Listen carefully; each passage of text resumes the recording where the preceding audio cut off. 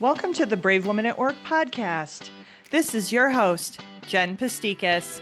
I'm so glad you're here. With the Brave Women at Work podcast, you'll get the resources and tips along with real-world stories and humor to empower and inspire you to take bolder and braver actions in your career and life. Welcome to the Brave Women at Work podcast. This is your host, Jen Pastikas. I'm so glad you're here. Well, hello, everyone. How are you doing out there? I'm going to ask for your grace and compassion over the next few weeks as I recover from just like an epic, nasty sinus and ear infection. I sound drama, but I promise you, getting an ear infection as an adult is like, it's serious business. So you're going to hear my voice. It's like a little raspy. I'm a little off my game of various levels over the next few weeks. But I wanted to make sure to share, all of these guests. I have all these guests scheduled, and I wanted to share these awesome interviews with you. So I am asking for your grace and compassion in advance. So today I am interviewing someone that I look up to tremendously in business, Kym Insana.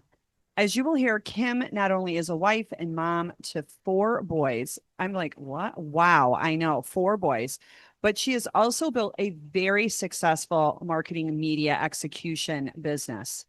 And Kym's mantra is you can work hard, have career success, and the family life you desire. As soon as I heard that, I was like, tell me more, Kym. Tell me more. Who doesn't want to have career success and personal lives we desire? So during today's podcast, Kym and I chatted about why Kym decided to build her multi-million-dollar business, AlwaysOn Digital.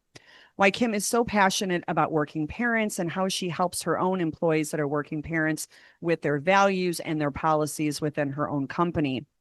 Kym's advice for women who want a high-powered career and life. She believes that it is possible.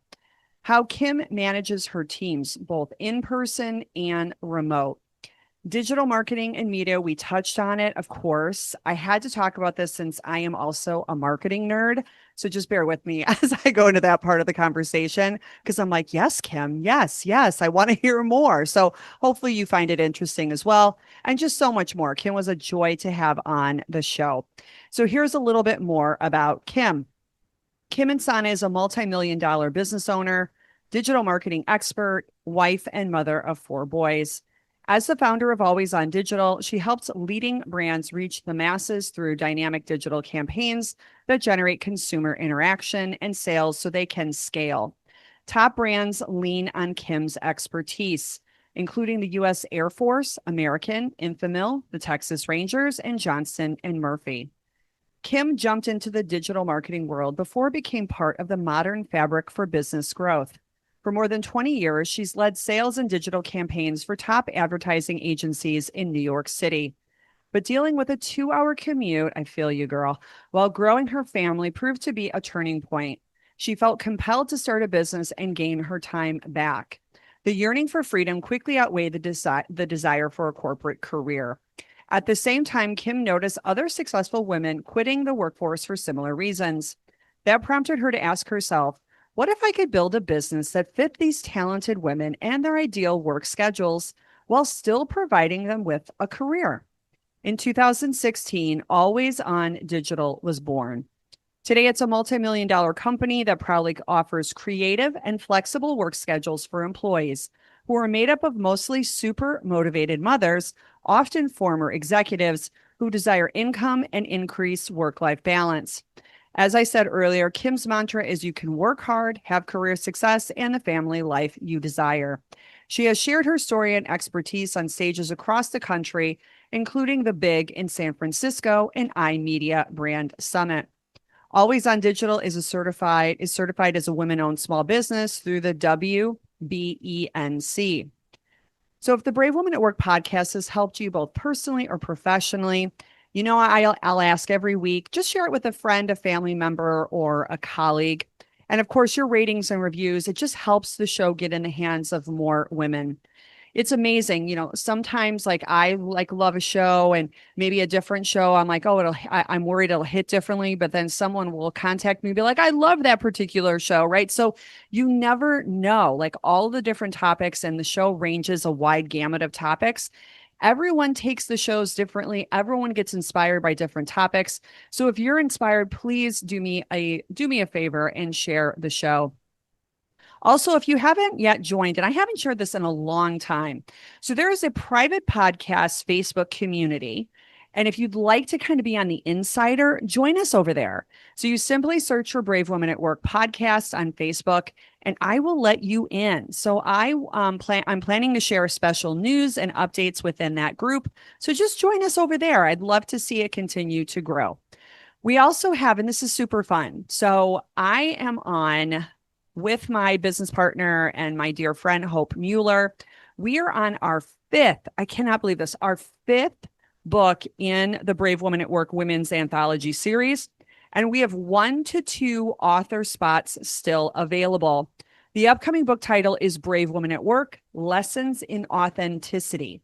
So if you have a dream of becoming a published author, I say, look no further. So Hope of Hunter Street Press, she's the founder and CEO, and I take you step by step through the entire publication and book marketing process.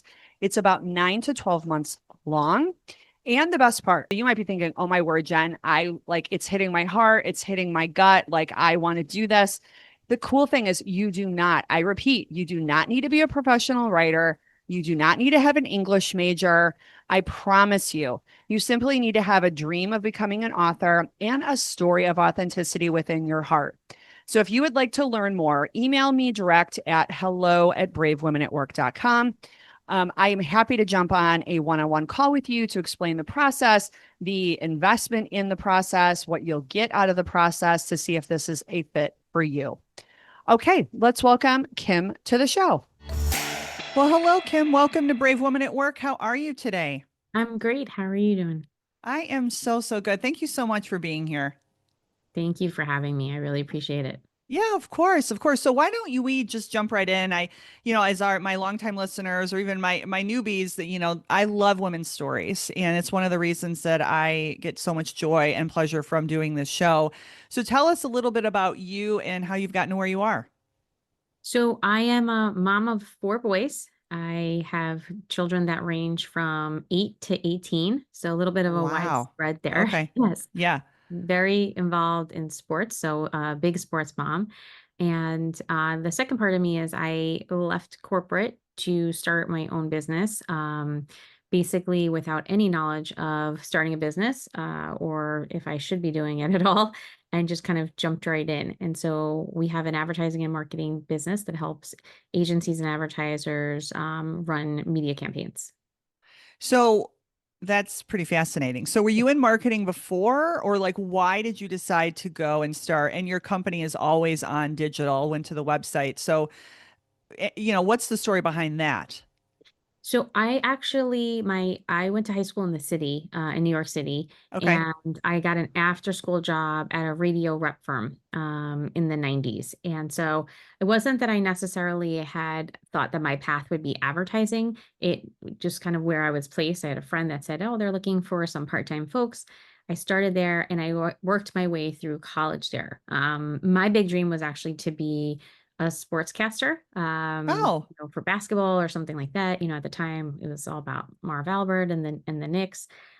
So I had thought that that would be my path. And so radio seemed like a good fit at the time. But my boss was actually leaving to go start like this new internet company. And it was going to be similar to radio, like a rep firm, but for websites. And so I joined in right around end of 99, 2000, then ended up just staying with digital advertising from then on. And like I said, it wasn't necessarily that it was a passion. It just ended up kind of where I was and I liked it.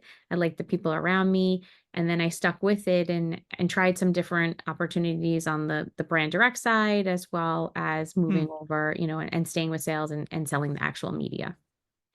So I have to ask because I'm going through this right now, and there's probably a lot of women that have side hustles or, big dreams or, things like that. But What was it in you that said, I'm going to leave corporate? What's the story there? Because I know Kym, there has to be a story.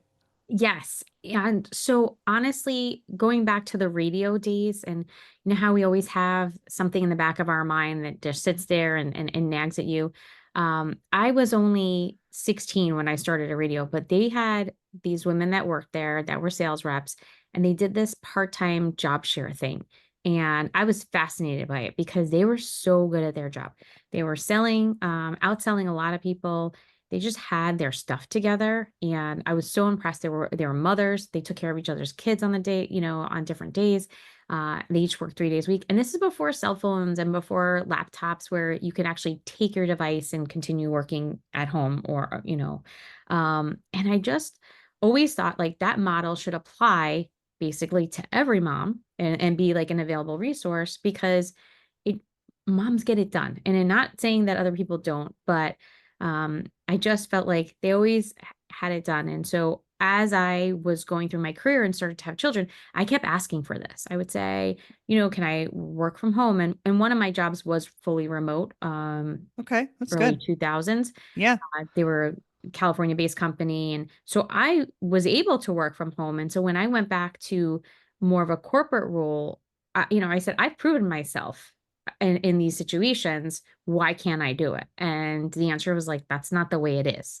And so it became frustrating over time as my life started to get more complicated personally, trying to get the kids in time and having before care and after care, and then a babysitter, and then trying to, just do all this stuff. And I felt like, why do I even have kids if I don't see them? And I was traveling, and I started to break, honestly. But I also noticed that other women around me, as they had their kids, they started to either leave the workplace or take steps back. And I felt like it's so unfair that if you want to have kids, you don't get to have both. Um, and our CEO was very kind in helping other companies get started, other people like start their own businesses. And so I went to him and I said, you help all these people. A bunch of us don't fit here. And there's Yep. some business models that are changing, and I don't agree with the way customer service was happening. And I think it should kind of, be a certain way. So let me take these people that don't fit here. Like, give me your blessing. I'm gonna hire some people, and maybe we can partner on stuff that doesn't make sense for you. So that was my initial hook with them. And they helped me get started.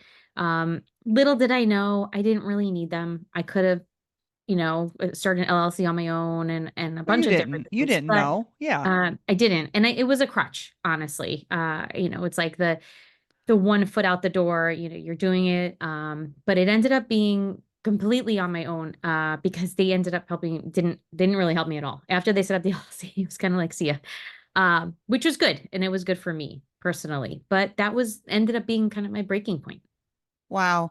So is that why in your company at Always On Digital, you kind of have that mission for supporting working parents? Is that why it's so important to you? Yes, exactly. Because honestly, some of the best employees that I've, and team members and colleagues that I've worked with over the years, all were in a similar boat. They were so passionate about doing a good job, but also being there for their family. And it was quite simple. It doesn't have to be complicated. And so I want to make sure that there is a place for them as much as I can, and as many as I can hire and have here. That's great. How big is the company now? So we have 18 folks, right now. We've been Okay. growing, steadily. We haven't taken any outside investment, which was kind of on purpose, Yeah. because we didn't want to, I didn't want to fall into that trap of corporate again. But we made a decision this year to grow differently, and still not take outside investment, but double down on the team, in sales and so forth, so that we can grow, maybe double by next year. Oh, that's amazing. So definitely good vibes on that. That would be amazing. And you keep growing the team and your mission. So you said something that really stuck out for me is that, the workplace is set for, and not everyone that listens to Brave Women at Work has kids, but I always say you are still welcome to this conversation because maybe you're a caregiver of an aging parent or another family member or whatever. I mean, we have lives outside of work, but Mhm. it's still broken is what I'm hearing. So What advice would you have for mothers or any caregivers, anyone really that might be, kind of straddling, which I think this applies to everybody, that they want to balance like a big career and maybe a big family life? Yeah. And maybe the family life is travel. So, we've Yeah. hired people without kids that were passionate about being somewhere else. And to your point, our job is not our life. Our life Yep. is our life and how we want to live it. And so, the advice that I have, and really was not original, was, I read Tim Ferriss's 4 Hour Work Week years ago, Yep. and it was like, just ask. And, the worst they could say is no, or, could we try it? And try a different scenario and try to be creative in what it is. I think after COVID, obviously, there was work from home and there were more flexible options and people are more open to things. But there is a big shift back to return to the office because companies are paying for these corporate spaces and, it's Yep. a lot of money. But there's got to be a hybrid somewhere. And it's not a one size fit all. And I think, as a manager and the way I always manage people was to the individual, not to the team. Everybody has individual needs, and I think that they should be managed as such. So it doesn't have to be, well, because he got it or she got it, I have to get it. Some of it is earned. And so I think going to the table with the question of, can we try this? Here are some ideas I have. Here's my track record, which is, come from the company's perspective. What risk are they taking? And bring that to them. And also understand sometimes people are going to say no. That doesn't mean it's a no forever. Maybe it's a no right now, or it Right. is a no forever, and that's not the right situation for you. So, maybe it's finding another situation or creating your own situation somewhere else. Right, which you did, right? So I think there's some good info in there that I want to underscore in that if you don't ask the question, the answer is always going to be no, Mhm. right? But if you ask the question and the answer is no, that's really powerful. Even though you still landed at the no, you have information about your work environment, maybe who you're working for and your manager, what you want and what you don't want. And by asking, you keep the power in your court no matter what the answer is, Mhm. versus just not speaking up. You don't really know. What do you think about that? I agree 100%. And when we don't know what it is, or maybe it's something that they didn't even know you wanted it, or they wanted you to ask for it because they would see your drive in making this happen. Right. Sometimes people just don't get things because you didn't ask. I had a boss that didn't give raises unless you asked for it, and even Wow. salespeople, right? So the theory behind it was, how are you going to ask for money from somebody else, from a client? Like how to, and whether you agree with it or not agree with it, and I don't know if I necessarily agreed with it, but Yeah, no. I got what they were trying to do, which was that if you're not asking me for it, like I'm waiting for you to ask. And maybe that's the situation. So it is important. And you can ask questions then. Okay, it's a no. Why is it a no? What are your specific concerns? And asking somebody what their specific concerns is one of my favorite questions because sometimes they don't even know. It's just, well, it's a no. But why? And And I say this when I have a negotiation freebie. It's like Mhm. knowing how far you can push, right, with who you report to, knowing when to take a step off the pedal, knowing when to push on the pedal or reapproach, I think is also an art form. But I Mhm. think that you should I always like time, because if I say why and why, it's like a kid, right? Like if I say Yeah, why over and over, like they might like be tone deaf. Like even after like my kids are like, when my little one was really little, it's always like, why, mom? Why? And then all of a yeah, sudden I turn her off. So it's knowing when to keep asking why, when not to, but it's all information, which is power. yeah, absolutely. And I think doing the heavy lifting and presenting information is helpful too. So when you go and ask for something, what what's going to help them make it a yes? Are you saying, look, I'm a proven performer. I've done this before. This is let's try it, give it a trial and let's reevaluate. We will meet every 30 days and I will be here 2 days a week or whatever the X, Y, and Z is.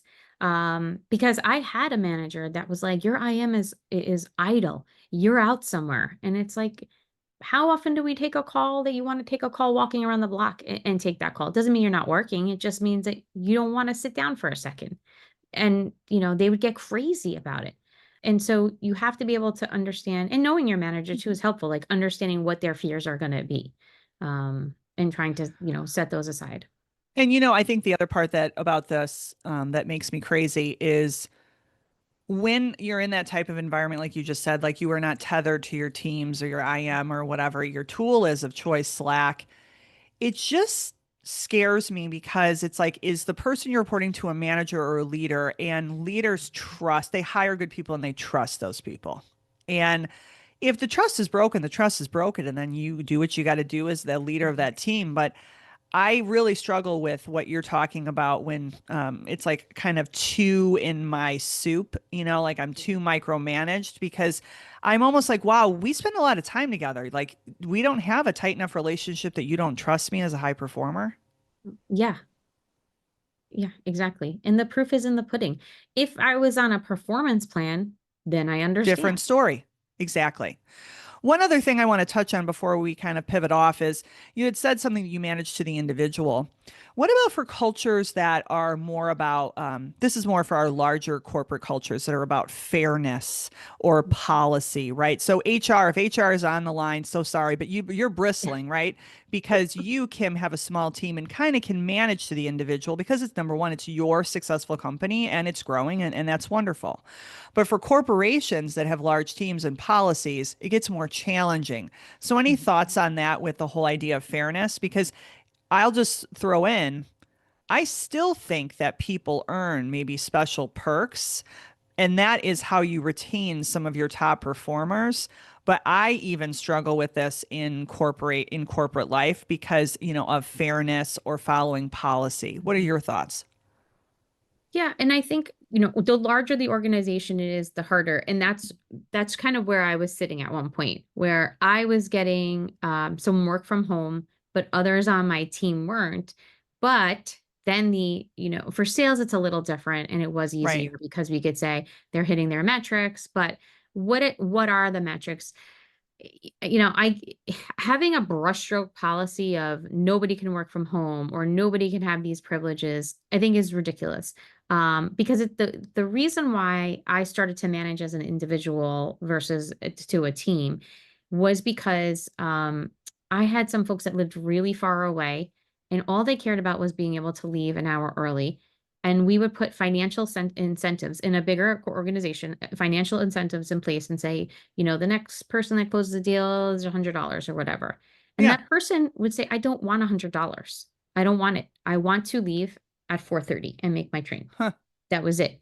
And so I pushed back in those situations. And, sometimes a company is happy to say, well, we're going to save $100, but there was that alternative. So it's not the person's getting the $100 and they're leaving early, and that becomes the unfairness. It's it's a trade-off, and that trade-off is available to other people as well. So it still kind of keeps it fair. It's Yeah. almost more of what's important to you, and let's see if we can incentivize you by what's important. And for the most people, it's money. It doesn't matter, and everybody's getting the same. But that I was like kind that of, idea, the no, trade-off, like what's important to you and the company being flexible enough to understand. So it's almost like what you're saying, and I'm like being sarcastic here, like if we put another foosball table in and like, bring lunch in on Fridays, that everyone really gives a hoot about that, right? yeah. Versus, some people just want to leave a half hour earlier because they need to get to their kid on time, or they just want a little bit of buffer room because of traffic, or they just want to go home. And so I think it's engaging in those conversations to understand what's driving the motivations of your employees. Yes. And it's funny you mentioned that because part of our culture, we went through an acquisition before my last company. And when Mm. we were in that spot, they threw a ping pong table in the middle of like the pen area, and they brought in massages.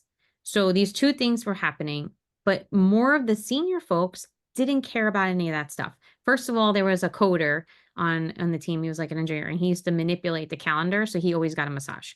Like he was playing with the That's system. So so funny. most people didn't get massages, and the salespeople didn't because they really weren't in the office. They had lunches, they had client meetings, so they weren't really even there. So they didn't benefit from those. And it just happened to be most of those were the parents, right? And then with the ping pong tables and stuff like that, it would drive people crazy because the folks that were more senior, that were looking to get out of there on time because they had kids or pickups, wanted the things that they needed done during the day done. And so when somebody was taking 45 minutes to play ping pong during the day, because it's culture and the environment to make everybody happy, because we have a table for them to have breaks. But other people, on my team just wanted to get their work done and get out of there. And if you want to play ping pong, that's fine. Do that at 5 o'clock. So I can scoot, my job's done, things I need are done. So if in that situation, right, like here's the blanket, everyone will be happy with foosball or ping pong or massages, but it doesn't apply to everybody.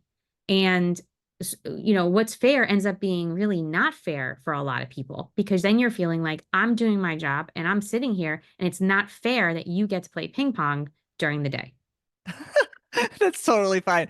You know what? And I'll just throw in, and if anybody's still a smoker, I'm sorry, or a vapor Mhm. or whatever. But like that also goes to think about our smokers, right? Like earlier, they get those smoke breaks, but the non-smokers, like they don't get smoke breaks. Like, Yeah. so like what's the deal, right? So I think life isn't fair. We teach our kids that, and we have to work with our people to understand what motivates them, what they need, and we can retain good people, whether it's we're an individual business owner like you are successfully, or you're in corporate. Yeah, exactly. And I'll make you laugh. When I had my kids and went back to the office, I was pumping at work and Oh, people thought that was unfair as a break. Meanwhile, I had my laptop and I was still working, but I got a break to pump and that wasn't fair. So just the seriously. audacity. I think I understand why you left now. If like I just like envision you like, with your laptop with like, I mean, pumping is uncomfortable to begin with. Yeah. Like, come on. Like, who Yep. is that person? All this Anyway, free time you have. with all this free time you have, like that's like something that would be put in a movie. Okay. Anyway. Yes. It makes me think of like though, before we move on, Mr. Mom. Remember Mr. Mom with like Yeah. Michael Keaton? They're Yes. glorifying him for doing all like that's a whole other thing. But it just Yeah, makes me think exactly. about like all the things you were juggling there visually. Anyway, so for you being a mom, four boys, wow. With a kind of a span. My girls are between, I've got two girls. I've got a newly minted 7-year old and a 13-year-old. So another nice spread between, which has Yeah. actually really been helpful for me. So for anyone really listening, and work-life balance is an interesting term, but what strategies have you kind of employed to find what you would consider balance? So I agree with that being a weird term because it's not, I think of it as a seesaw, right? We're never Yeah. going to be completely balanced. Something's going to be, in the air at one time or the other. But I think, I try to just get through each day. And, people have always said, oh, how do you have four kids? And I said, you know what, at the end of the day, it got incrementally harder, but you just started dealing with it. It's, you accepted the pain, you move on. It is what it is. There's another kid, we got to figure it out and kind of go forward. And so we always have a lot of balls in the air, but it's understanding what is okay to drop at a certain time. And this is not something that I thought. I actually read, like, I think it was Nora Roberts or someone that had said some of the balls are glass and some of the balls are plastic, and you just got Mm-hmm. to know what's what. Mm-hmm. And sometimes we can drop a ball at work that's plastic. Nothing's going to happen. It's not a big deal. But you can't always drop the things that are most important, and just trying to understand what those are. I thought I was going to work from home and start this company. I like to bake for the kids for school and stuff like that. And I thought I was going to have all this done and I'm not going to be going to bed at midnight and all this stuff. That's a joke. I'm still at the supermarket at 11 o'clock at night. I'm still doing all those things. Like that, there's no such thing. Like my laundry is probably worse now than it was before. And it's just understanding, like, take a breath, give yourself some grace. You're doing a great job. You cannot be perfect. It's okay. Just try to have, good days and um, for me, knowing, and you're at the age, the 13-year-old age, like, I don't want to make you sad, but like, there's like 4 years left, No, it's true. I think about five it all years the left. time. Yeah. There's a clock, and it stinks, and it's sad. And so it's just doing as much as you can with them now, because then they're gone. And, even if they come back, it's just different. And so I'm just trying to look at that clock and focus in as much as I can on them, make sure that, work is where it needs to be, but just prioritize what can, fall and what can't. Yeah, no, I think that's good. There's a book I'll put out there. It's called "Drop the Ball" by Tiffany Dufu. So it's Tiffany Dufu, "Drop the Ball," that talks about this. It's a really, really powerful book. So for anybody who are readers or Audible people or whatever, I also will say I am trying to do, and this is easier said than done, like be where your feet are planted, right? I have a terrible, and I think a lot of women that are in our situation, you have 4 children and a big business, right? I have Mhm. a corporate career, side gig, and 2 kids, right? Who cares? The compilations are all Yeah. stressful, right? Um, women do this thing where, we have these plates, like there's the movie, I don't know how she does it with Sarah Jessica Mhm. Parker, and there are Yeah. all these things that are flying all over, but I'm not with my child, right? Or I'm not with my parent, or I'm not like, and I miss those really important moments. And so I'm really trying to do that. So, like, when I do have a moment, like, as you said, I only have 4 or 5 years with the 13-year-old, like, really just kind of trying to, like, be there for it so I Mhm. don't miss it. Yeah. And sometimes those moments are not like, oh, let's make a snack and have lemonade or whatever. Maybe that moment is just the carpool, Yeah. dropping off and picking up. My kids tell me everything in the car. So I will happily do, drive with them. And maybe that's our quality time, or a movie night, or whatever the new thing is. We have some rotating thing in our house all the time. So like, Okay. it was a puzzle a couple weeks ago. I shouldn't even say this out loud. We're teaching them blackjack right now, and we play blackjack at Oh, night. we do that. We It's do that. like Like, chips. yeah, totally. Like That's gambling and Aaron. calculation and risk taking. Come on, Yeah. those are good skills. You know what? My older one, the 13-year-old, she got in trouble in daycare because she was gambling when she was like 5, 5 and stuff, because my husband loves Vegas. So no judgment from this household to Yeah. your household. Yeah. Yeah, it's kind of fun. So, one other thing that I will throw out for what I'm going to be trying moving forward on this idea of balance, or the balance seesaw, is, and my mom told me, she warned me before I had kids, before, and as other hard driving women, sometimes we get snared into checking the phone right away, or we get Mhm. snared into like putting on the laptop right away and working right away. And I'm getting to a point, and I'm going to do a whole separate solo episode on this, that it's a kind of a form of like mini disrespect to yourself. Like, it's not loving to yourself to start there. So one of the things I'm going to be doing is just really working on my morning routine this summer as we're recording this, and being more boundaried with pouring into myself, even if it's like 10, 15 minutes, 20 minutes like before, because I think that's very important for busy women, executives, business owners, moms, caregivers, everyone really, but especially women. And I think that at least I get triggered to just jump right into work when I put my feet on the ground rather than taking time for myself. Absolutely. So I actually implemented two things this year that did help. Uh-huh. One, I put the bedtime thing on my phone. So like Okay. my phone, only a couple of emergency contacts can get in touch with me, or like you can do the notify anyway. But so my phone shuts off like 10 o'clock at night. That's it. And I don't Mm-hmm. use it in my room at all, my bedroom or anything. Like I put it on the night table and I try to just not acknowledge it. And then I started to recently in the morning do the same. So I do not pick up my phone when I wake up and look at it.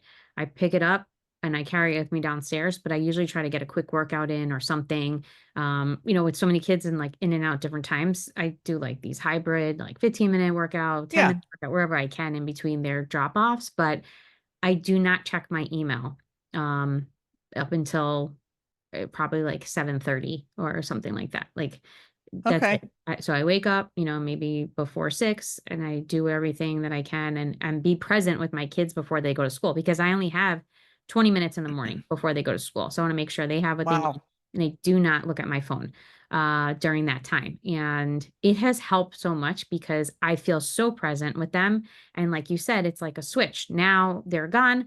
Now I'm work mom. Like the Barbie, right? The Barbie work Barbie. I used to have that Yeah, Barbie work Barbie. Yeah. where she would be dressed up and then you flip it around and it's her bedroom. Like she's at work, she's home. And just kind of doing this switch has helped a lot because it all muddles into each other with the phone.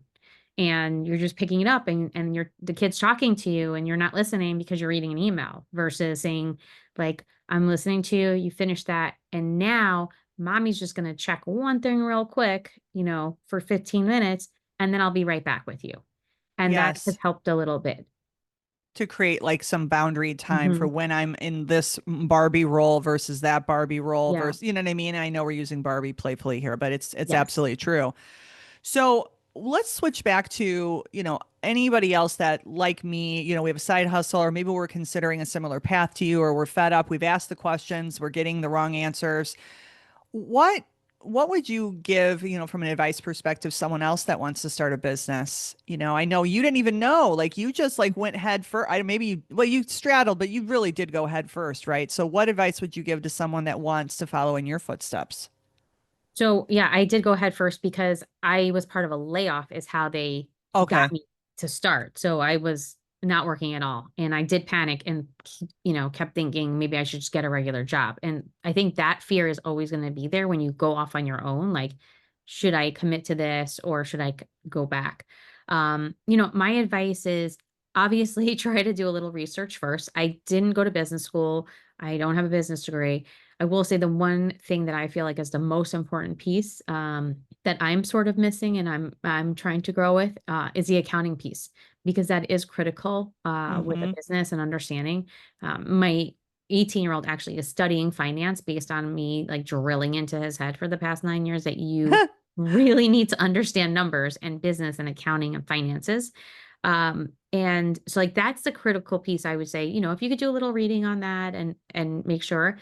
But business plans with ChatGPT, even now, like you can create yourself a business plan. There's so many different things that you can use and tools and local organizations that are there to help you and give you free advice. And then finding kind of like a mini group that you can be part of. Obviously, Hmm. women, if you're a women-owned company, there are so many great resources that are available. I'm part of, some of these women-owned organizations that I love, and you can meet people that have different businesses, but maybe experience similar challenges. So I feel like there's so many wonderful resources that I didn't know about my first couple of years that if you can tap into that also helps because you're not alone and maybe you start slow, you do what you can, and if you're doing your own thing sometimes you don't need to make the same money that you did in corporate. um you make adjustments, you're not commuting, those costs are gone or whatever, you're keeping 100% of it, so it or aside from One tax. other thing I want to add there, and this is actually kind of really for my benefit, reminder for me, but for everybody that does the side gig or wants to like eventually branch off or whatever, is it took you X number of years to get to this level of success in corporate. So you can't expect that you're going to be at that level of success with your business like from day one. And so as like a high ambitious like women, there's that scarcity factor and that golden handcuff to be like, "Oh my God, like if I can't make like the exact same amount, da da da." Like, but how long did it take for you to get there in corporate? Like, how could you expect that you're going to be out of the box? Like, I'm assuming like, and you tell me, maybe you were like an overnight success story, Kym, or maybe like it did take you a couple of years, but tell us about that because as I'm building my own business, I'm sitting there going, it's taken me, I've been in corporate for 25 years. It is going to take me a little bit of it, not maybe not 25 years, but it's going to take some time to lift, and get that expertise like accounting and some other skills that I need to be a successful business owner.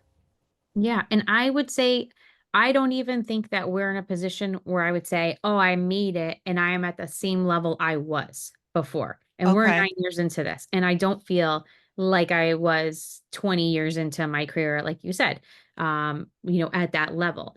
It does take time. Referrals have been our best friend. We've had, connections and referrals that have helped us. But, our first year, we did have some early success because when you start something new and you put it on LinkedIn, like, people are interested and Yeah. curious, and that does help. But you have to keep that momentum going. And it's hard. It is hard. You can wake up some days and say, I just want to watch TV, or I don't really want to do it. There are things you have to be willing and motivated to continue it, because it is hard when it isn't just coming in where, we're a new brand, no one knows who we are, and we're competing with these major corporations, and, they're getting phone calls and we're not. We are making the phone calls, and we're doing the grind. And the way I look at it with, from where I started is almost like I started all over again. I was the janitor again. That's where I started all over. Yep. And you understanding, like, exactly to your point, it's not going to be an overnight success. It probably took us a good 3 years to get to a point where we felt like this has legs and it's going to work. Like, you always felt like the bottom could fall out any day, the first couple of years. It does feel like that because you don't have enough clients. Whereas if you lose one, then what are you going to do? And now we're at the point where, not that we want to lose clients, but if we did, it wouldn't shut down. And that takes time, and everyone builds at their own pace too. We built slowly. We hired some people on a part-time basis, so we weren't overcommitting on salaries. And um, and there's just different things that we may have done that are different than the typical path too. Hmm. And how did you moderate like those first 2 years? I'm sure there were moments where, like you said, I don't know if this is going to work. I need to go back. Like, I'm afraid. I have scarcity. Like, I'm sure there were some major gremlins up in your mind. How did you manage through that, those first few years? So I think the thing that has helped me the most when I had those fears was, as you start to live the good life, in the sense of, I am seeing my kids during daylight hours. I am, do I want to go back to that? Remember, Yeah. like, it was still fresh. Do I really want to go back to that? And I stay in touch with people that I used to work with. And, you hear the horror stories and they all, like, complain about work. And it's a relief. And I think, we had this when we were first started talking like that Yeah. breath of like, oh gosh, I don't want that feeling anymore. I remember that. So almost like remembering that trauma. We have kids and we forget what it felt like during labor. Our body True. releases that trauma, so we do it again. You don't want to let go of that trauma a little bit. Like, you want to keep it there, almost, maybe in a little box or something, that you remember what that was like. And that helped keep me going. And maybe it's not the same for everyone, but I needed to know and remember what that felt like, to say to myself, no, we do not want to go back to that. And we may joke some days now, like, maybe we should just be baristas somewhere, and be a dishwasher, like, something that is just a job that I can do and not have any stress. Um, but at the end of the day, I feel like we are building something and I'm proud of it and I want to keep it going. And when my kids talk about it, like, they're very involved in our business. They know everything that's going on because they'll hear me on a call or something. And so, when I hear them talk about it, or talk about it to their friends, or, make jokes or whatever, I'm like, this is a legacy that I could possibly leave for them. Maybe one of them will want to take it over one day. Like, I want to have something for them. And, those end up being my goals. That is so cool. That is really cool. And it sounds like they're really proud of you. Yeah, I mean, they mock us. There was, how much did you make? Where are your advertised? Did you make this campaign on TV? Like, they see on TV. Is that you? Did you really do that? Why can't you have big advertisers? Like, they make all these jokes. Why can't you have something we like? That's so funny. That is so funny. But you know what? They're part of it, and they're seeing Mhm. that you guys are, successful and, passionate about what you're doing, which is makes all the difference in the whole world. So I'm gonna flip for just a second because um I'm a marketer in my day job. So I selfishly want to ask you some of these questions Mhm. really quick. So with the work that you guys do a lot of on obviously the digital side. So Mhm. how do you guys decide what platforms you're going to use with your clients in your business?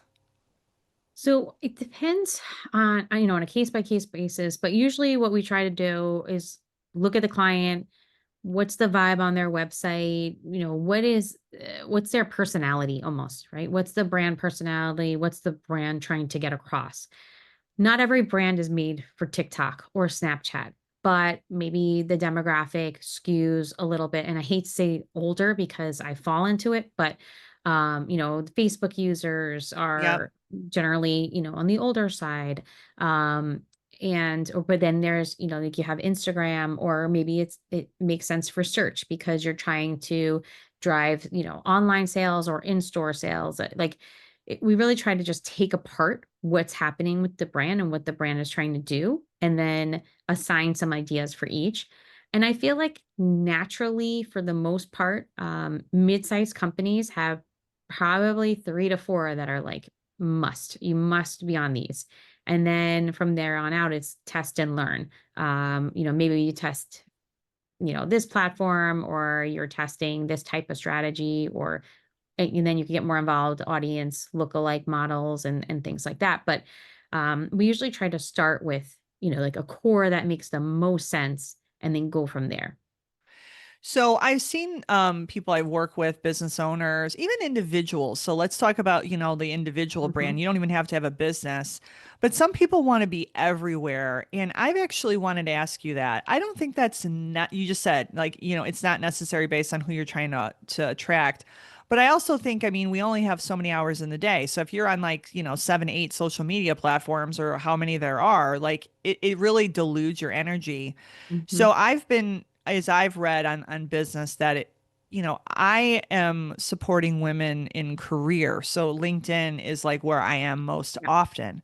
So do you also subscribe to that philosophy? Is like really if you have that core, but pick one that you can start really understanding and mastering. Do you subscribe to that philosophy? Sometimes one feeds another. And Okay. so maybe you're on Facebook, but not everyone is on Facebook. Maybe you need to be on Reddit because 30% of these folks are not on Facebook. And then now you can try to capture your whole audience.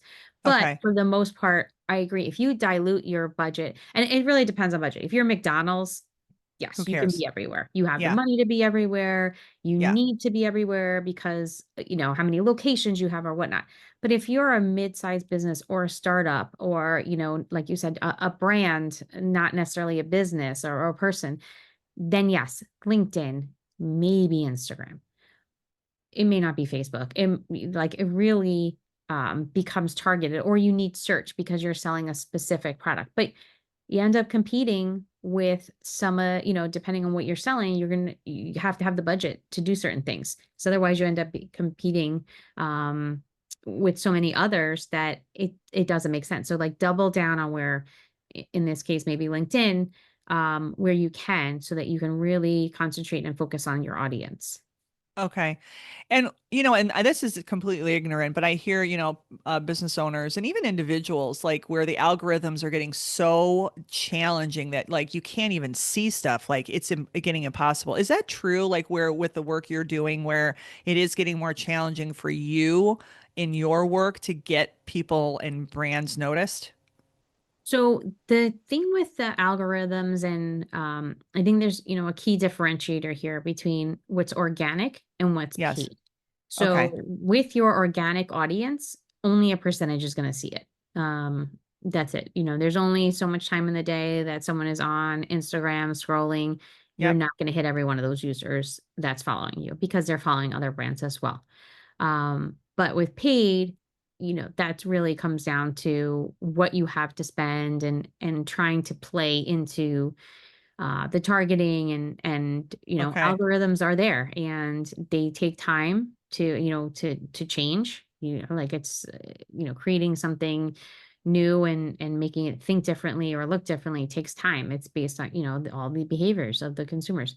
But there's also so much AI coming in now that is changing things, and in some senses it's scary because, like, for example, Facebook has this advantage plus creative, and so the AI are creative for you, and it's Mm-hmm. default on, and you don't know it's there. And it may not be what you want to put out there. So now you're spending money on something that has, is algorithm and AI based. Um, that's not something you approved, but now And is that is running. scary. It is. And Google is changing things with Google Shopping now is really becoming the push. So you have your search and we see a lot of advertisers saying, oh, search is going down, but our shopping is going up because it's the way that, Google is, how can Google make more money, right? That's Mm-hmm. what it comes down to. These platforms are trying to manage and manipulate and use AI and algorithms and everything for them to make more money. What that's really what it happens. It's not necessarily in the best interest of the advertiser. And this may be a very unpopular statement, but that's really what it's about. For them, you're running on these platforms, but they're going to do what's most efficient for their platform. It makes the most sense with their platform. So one other thing, because we've talked on this show about, building your brand, using LinkedIn, things like that. You're talking about it from a more like business perspective. I'm Mhm. talking it also from an individual Mhm. perspective.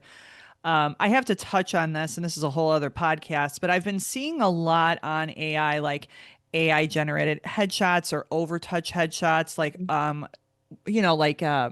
social media posts or content that you can tell has been written by AI. What is your, I mean, because I think AI is pretty cool, right? Like there are things like you just said, like business plans or formats or structures or even starters for things that you can use. But I still think it needs to have your imprint and your voice. I don't think you can completely outsource everything to AI, or I think that you lose like the soul of your brand, whether it's an individual or a company. What are your thoughts on that? I agree. So we ran into a situation at home where my 13-year-old used AI to write a paper. Oh boy. And he got caught. He luckily was given a second chance because he had a draft already that was in his writing. And then there was the AI version. And the teacher was able to tell right away. And we had a long conversation about why is AI just like a calculator, right? Why is a calculator okay in real life? And why is AI okay in real life, but not for school? And the key thing that, we explained is that you don't have the foundation or the fundamentals to understand, the English language enough to that AI doesn't do it the same as a human being would. It's not you. It's not speaking as you. It doesn't have your experience. It doesn't understand necessarily your grammar. And so when we start to lean on and overuse AI and put it in our content, our brand content on LinkedIn and our own posts, it's not authentic. And people can see it unless it you manage to make it look and exactly feel the way you speak, but it it's I feel like it's like the Wizard of Oz, like, behind the Right. curtain, like it's not true. And maybe you get business from it. But what happens when somebody, you put something out on your brand and you make a post and it's AI completely and you have your AI image and then you win a client and the client wants to work with you. What are you going to do when you actually have to do the work? Are you going to lean on AI for every interaction, every email? Yeah. Eventually it kind of comes out that maybe you don't know what you're talking about as much. Right. And so that's where my concern comes in with all of this, because when it's time to do the work, have you, like, beat and switch the client. And a little bit is fine, of course. You want to make this sound better. And we do this too. Or Sure. I Me I too. planned a vacation with it. We were we do this like, vote a family vote for vacation. And I wanted to win. So I put my, what I wanted to do, and then I was like, what other places are they? And ChatGPT gave me a whole list of things I didn't think of that we could do for our road trip, or like leveraging it in certain ways. Absolutely love it. But I think it's just make sure you don't lose your authenticity in that process. Okay. I really, really like that. And I think that that was valuable. I appreciate everybody who's listening, indulge me in our marketing discussion, but I think we did still bring it back to the individual listener, not just from a business perspective that we are, you and I, Kym, are pro AI, but, boundaries, right? Like we've talked a lot about the seesaw of like balance, right? Like, try to have some sort of balance with the tools and don't overuse it and lose yourself or your own authentic voice. Yeah, absolutely. Okay. So, what would you say are 1 to 2 ways that women can be braver at work today, Kym? I really do think, it's okay to ask for something, what you want, especially something that's reasonable. And I think we have to stop thinking that we don't know something, and questioning ourselves. I think our immediate response sometimes is to put ourselves down or feel like an imposter. I can't do this job. I'm a CEO of a small company. It's not the same as a CEO of a big company. Like, they know more than I do. I'm not going to speak up. I'm not going to, give my opinion or ask my question because I don't want anybody to judge me. We spend way more time judging ourselves. We put a bathing suit on and we look in the mirror. Nobody's looking at us the same way that we're looking at Yeah. ourselves. And it's the same thing at work. I mean, long as not something completely crazy. I'm not saying get nuts in the, holiday party or anything, but don't be afraid to ask the questions that you want to ask, and bring your ideas to the table. And if it's something that you need for a different situation that you're looking for personally, don't be afraid to ask those, and do the work. That's really what it comes down to. People usually, if somebody came to me with an ask, but I can see the work they put into it and how much that, like the trust factor and all of that, like you see all of that. I would always be willing to listen to what they have to say and help them. And find your tribe. Essentially, there's always allies in any workplace that you can rely on to help you, grow. Thank you so much. And so, where can women find you and Always On Digital and just everything about your company online? So I'm on LinkedIn. I'm Kym at Kym Insana. It's KYM. And then our website is getawayson.com. And my email is kim@getawayson.com. Reach me any one of those ways. Well, Kym, thank you so much for being here. We covered a lot of good ground, didn't we? We covered good ground today, and it's been a pleasure speaking with you. And I love inspiring stories like this that, things are like Marie Forleo, Forleo. I think she's a New Yorker too. Like, it's, what is her book? Everything is figure outable, right? So like you went from corporate to figuring out how to run a very large business and have the seesaw balance of, being a mom to 4 kids. And, it's inspiring to see. So thank you for sharing your story. Thank you so much for having me. I appreciate it. Well, that's a wrap on my discussion with Kym today. I hope you found our conversation both valuable and inspiring. As a reminder, please rate, review, and subscribe to the podcast in Apple Podcasts and Spotify. The show is also available on any other podcast platform you enjoy. Until next time, show up, forge your own path, and be brave.